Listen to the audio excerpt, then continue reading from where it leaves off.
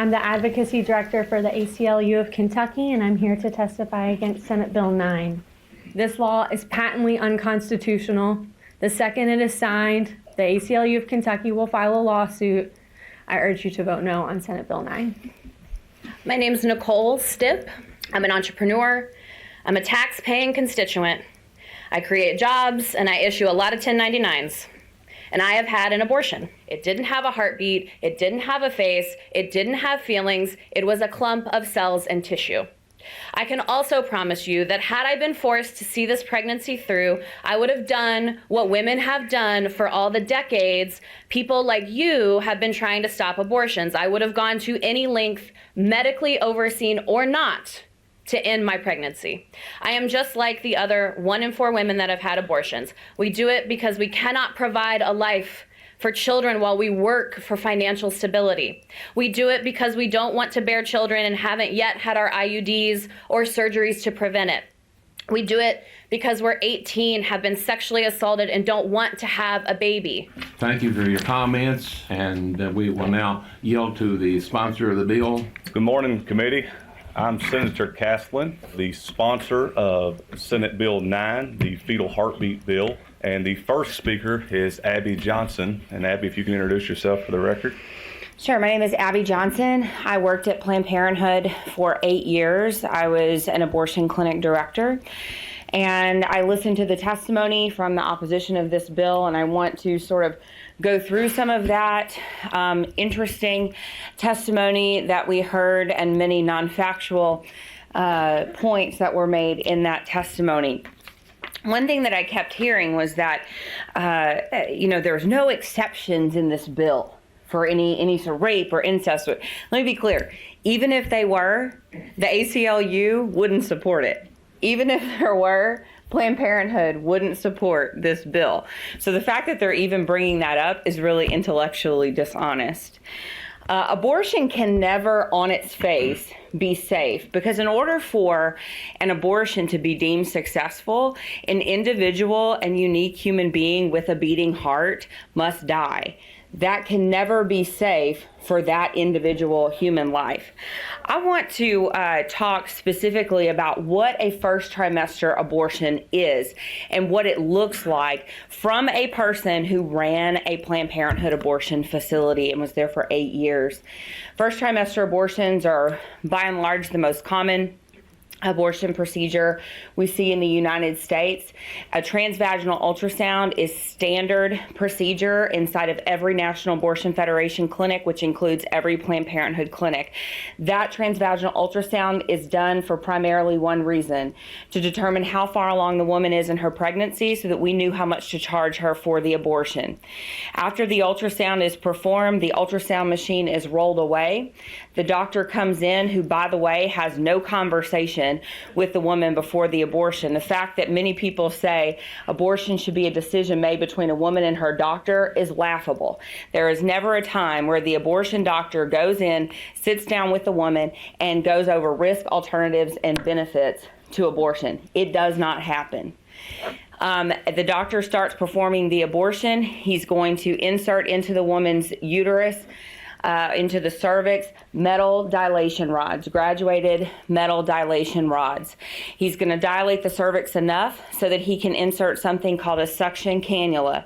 That cannula looks like a straw. It is graduated. It gets bigger depending on how big the baby is in the womb, so that the head will be able to fit through that suction cannula. He's going to insert that suction probe inside of the woman's uterus. Ultrasound guidance is not used. That is not the standard protocol inside of National Abortion Federation or Planned Parenthood clinics. He's going to take that probe and he's going to blindly poke around inside the woman's uterus until he thinks he has enough blood and tissue in a glass jar. That glass jar is going to go into a lab called the POC lab. POC in the medical community stands for products of conception. The products of conception is, of course, the baby. But you can't say baby inside of the abortion clinic. So we said POC or POC, or if the staff was feeling funny, they would say that it stood for parts of children.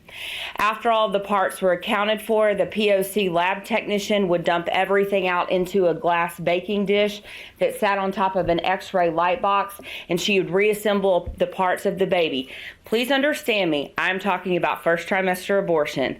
Yes, there are parts. Yes, they must be reassembled. The baby is fully formed. Every internal organ is formed by 12 weeks gestation. So yes, there are parts, even earlier than 12 weeks.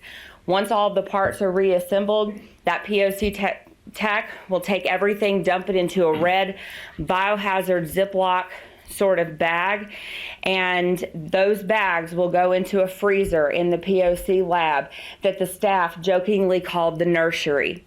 And once a week, a company, a biohazard medical waste company like Stericycle, will come into the facility and they will pick up all the red bags of babies where they are taken to their facility to be incinerated. That's if the abortion facility decides they don't want to just put them in their industrial size garbage disposal and grind them up and put them into the water waste treatment facilities. That is first trimester abortion.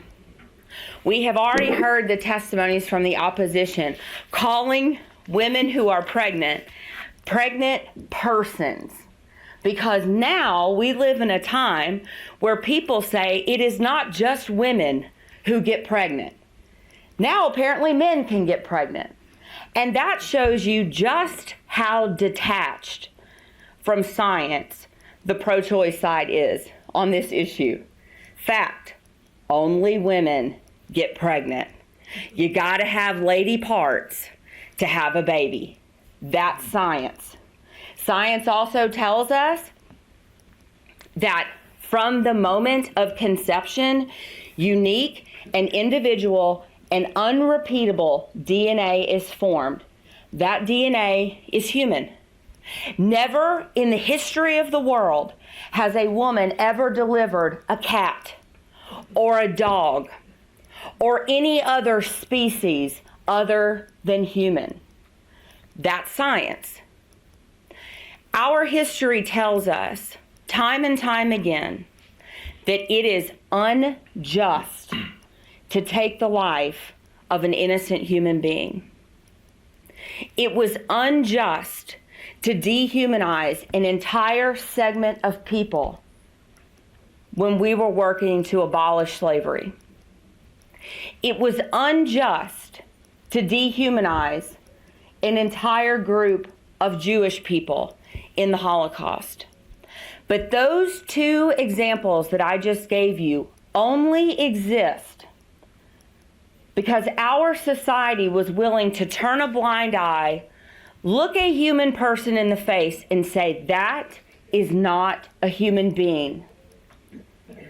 That is not scientific. Now we are living in such depravity that there are people, like the people that oppose this bill, that are willing to say, I know it's a human being, I know it has a heartbeat, I know there is life there, and I know it is innocent, and I'm willing to kill it. We have sunk to a new low in our society. And it is time for us to rectify what we have done. So if you are a person here who has had an abortion, I encourage you to seek healing, because abortion is not normal. Taking the life of an innocent human being that is your own flesh and blood and your own DNA, it's not normal. And there are healing resources available.